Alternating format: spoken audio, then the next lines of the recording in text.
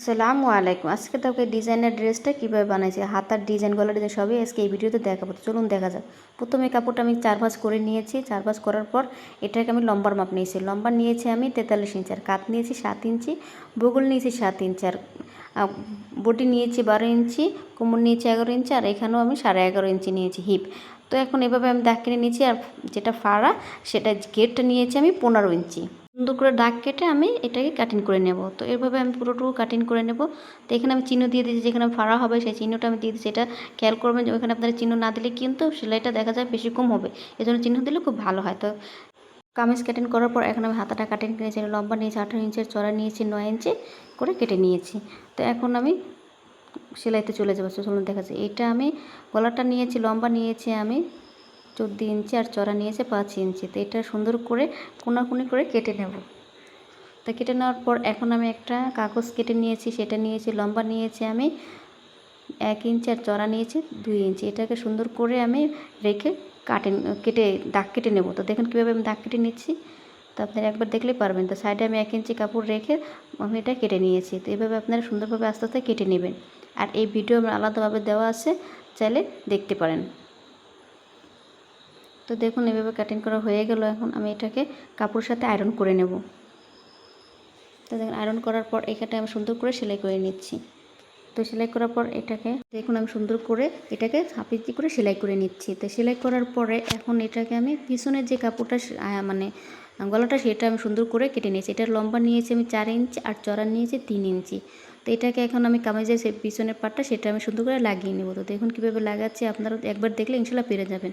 তো লাগানো হয়ে গেলে এখন আমি এটাকে কেটে সুন্দর করে একটু কেচির কোনা দিয়ে কেটে নেব। কেটে নিয়ে একটা চাপ সেলাই দেবো। পুরোটুকু এভাবে আমি চাপ সেলাই দিয়ে দেবো। আপনারা যদি এই ভিডিও ভালো লাগে অবশ্যই লাইক কমেন্ট শেয়ার করে রাখবেন পরবর্তী ভিডিও দেখার জন্য। তো এখানে চাপ সেলাই দেবো, আমি আরেকটা চাপ সেলাই দিচ্ছি, যেহেতু আমি এখানে হাতে সেলাই দেবো না, এই জন্য আমি আরেকটা চাপ সেলাই দিয়ে দিচ্ছি। তো এখন আমি সামনের পার্টটি সেলাই করব। তো চলুন দেখা যাক। তো এইটাকে আমি সুন্দর করে কোনা করে কেটে দিয়েছি, সুন্দর করে বসে। তো এই সেলাইটা দেওয়ার কারণ হচ্ছে জানি নড়াচড়া না করে সুন্দর করে এই জিনিসটা বসে। তো এই কারণে আমি এই সেলাইটা দেওয়া। তো এই সেলাইটা দেওয়া হয়ে গেল। এখন আমি সুন্দর করে এটাকে আমি সেলাই করে নেব। পুরোটুকু কীভাবে আমি সেলাই করে নেব। তো দেখতেছেন এভাবে কীভাবে সেলাই করেছি, খুব আস্তে আস্তে করবে, নাহলে কিন্তু এটা দেখা যায় বেশি কম হবে বা দেখতে খারাপ লাগবে, এত সুন্দরটা হবে না। তাই সেই জন্য চেষ্টা করুন আস্তে আস্তে ধীরে ধীরে করার জন্য।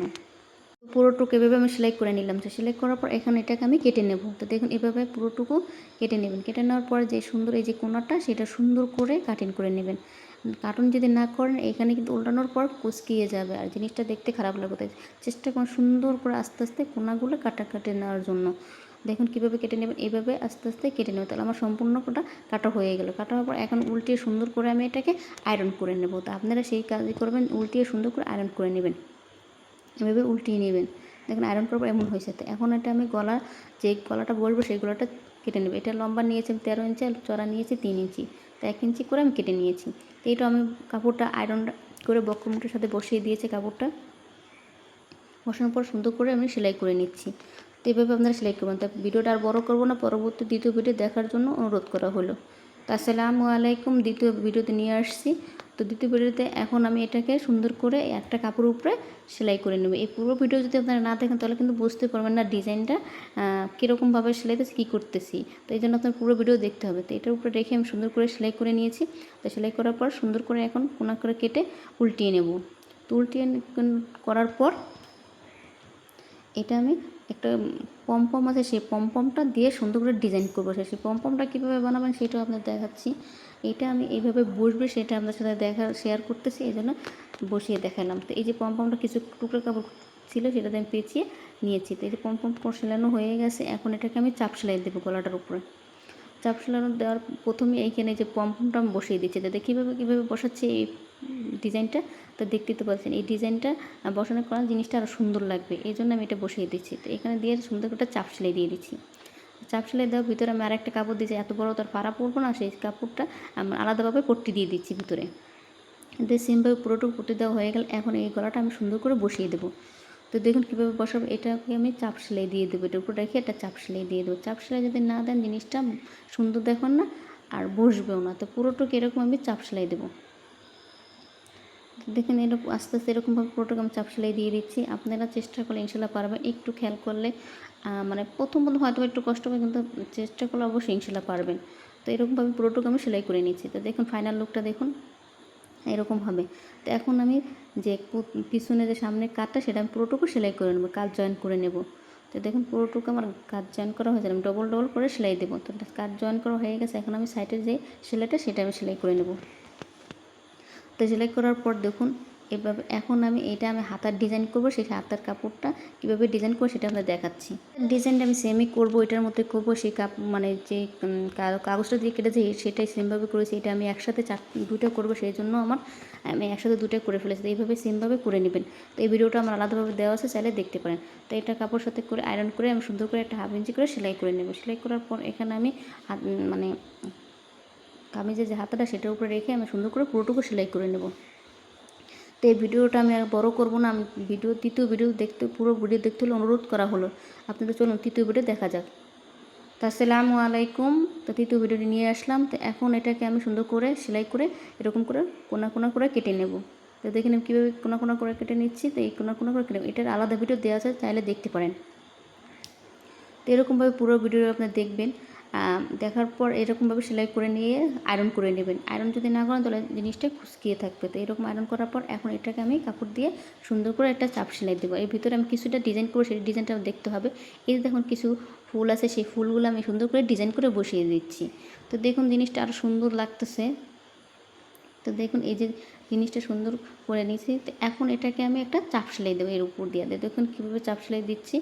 এভাবে সুন্দর করে আপনারা চাপ সেলাই দিয়ে দিবেন, তো জিনিসটা সুন্দর করে বসবে। তো দেখুন এই যে চাপ সেলাই দেওয়া হয়ে গেল।